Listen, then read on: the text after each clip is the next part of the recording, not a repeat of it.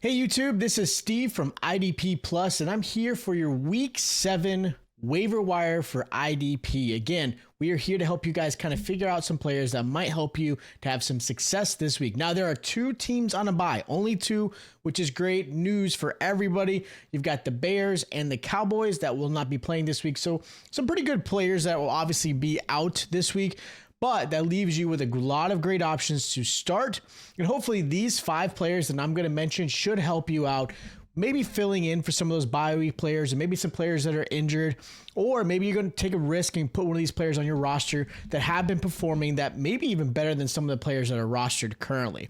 So if you guys haven't already, make sure you guys check out some of our other content we've got on here, subscribe to the channel, and of course, check out our website, idpplus.com, where obviously I've got 5 here that I'm going to mention, but I've got way more in my article there. Make sure you guys are checking that out because I've got a lot of great players that I think will help you out this week. And of course, you can always join our Discord and things like that by taking advantage of our membership. If you guys use promo code PROPS, when you check out, you get 20% off our memberships.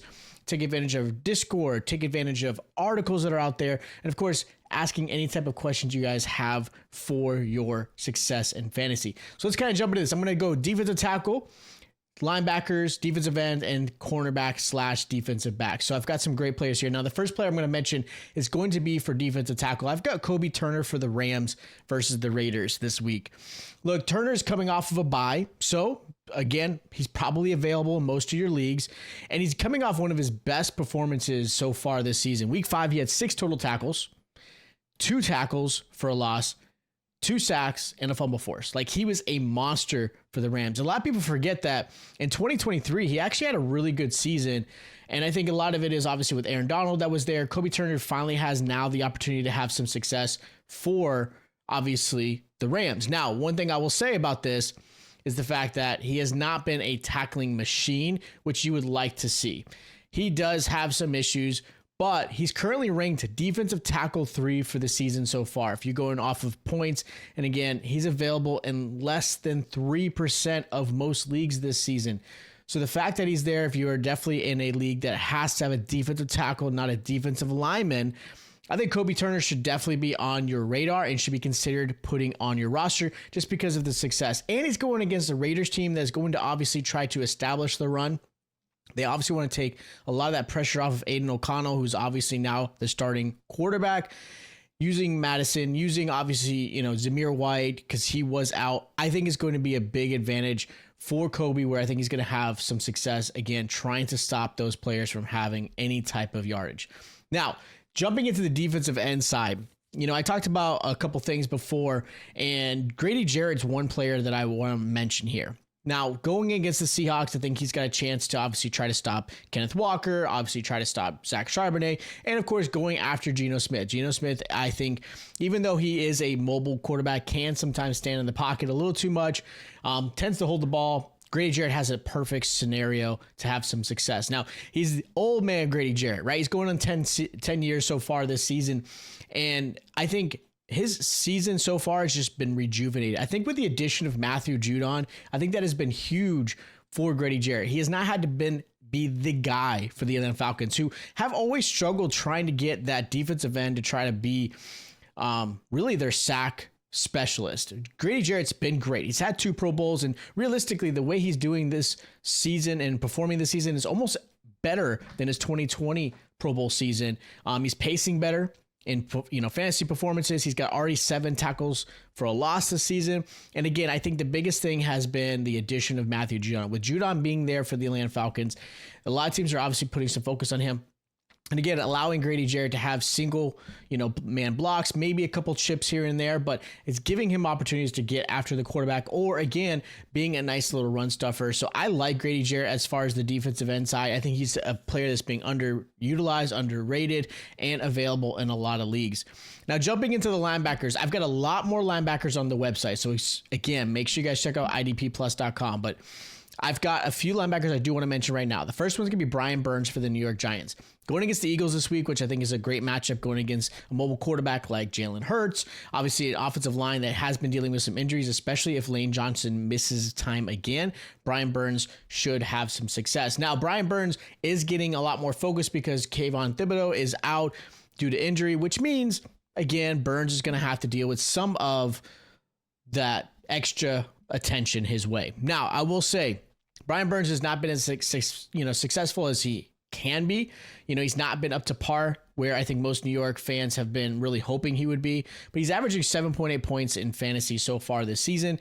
He's been able to get after the quarterback. He's got 6 quarterback hits, and again, he's got a few sacks here and there. Nothing to what we are accustomed to when he comes from Carolina, where he had a lot of great success. Where I do think he's been actually pretty good for this defensive scheme for him is he's got 5 pass deflections. So if you're in a league that gives you a lot of points, like I'm in one defensive league that pass deflections actually gives you quite a bit of points, has been great for anybody who's had Brian Burns on their roster. So again, a really good player that I think at the linebacker position, he's not going to be an LB1, but I think he's going to be a nice LB2 with some upside in LB1, but I like Brian Burns quite a bit. Now, one of my favorite players I want to mention this week is going to be Frankie Louvu for the Washington Commanders. Kind of keeping in that NFC East theme, Louvu's been actually really good. You got to give him credit. I think him going to the Washington Commanders was the perfect scenario. I think was like the perfect scenario. Him going to a Dan Quinn defense has been fantastic.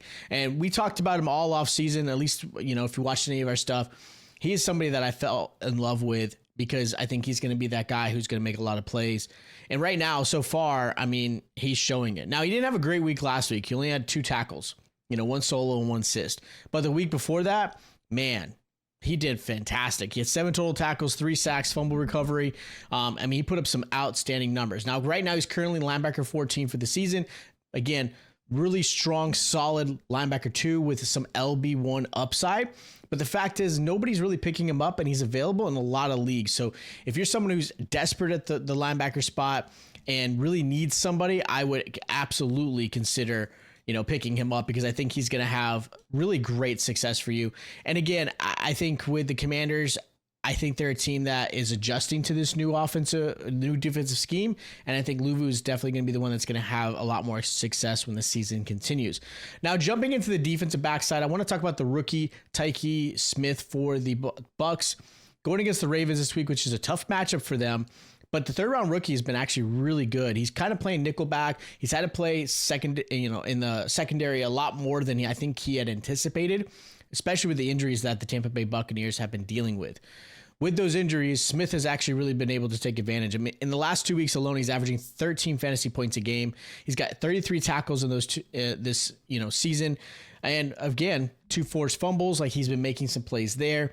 He is definitely somebody that I think is going to only improve for the Tampa Bay Bucs. I think he's going to definitely improve. Now, here's the thing with Antoine Winfield coming back, and Whitehead obviously was dealing with some injuries, and you've got a lot of injuries for that secondary. Maybe Smith loses some of that, that luster and that ability to make some big plays. But I actually think he's going to be someone who's going to be a threat for the rest of the season when it comes to IDP. He's definitely going to be a defensive back 2 for most rosters. He's not going to be your 1. But he's going to have some 1 upside. I think he's going to be a very consistent tackler. He makes some plays against the pass. And again, can create some turnovers. I'd love to see a little bit more out of him, especially with teams obviously really pass heavy against the Tampa Bay Buccaneers where they've had some struggles. I think that's going to only help Smith for the rest of the season.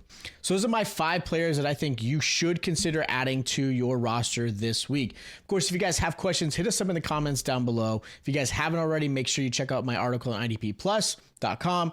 And of course, subscribe to the channel, hit that like button while you're here, and we'll check you guys out next time. Thank you for watching the IDP Plus YouTube network. If you enjoyed this video, give it a thumbs up and don't forget to subscribe to our channel. Be sure to tap the bell icon to get notified whenever we upload new content.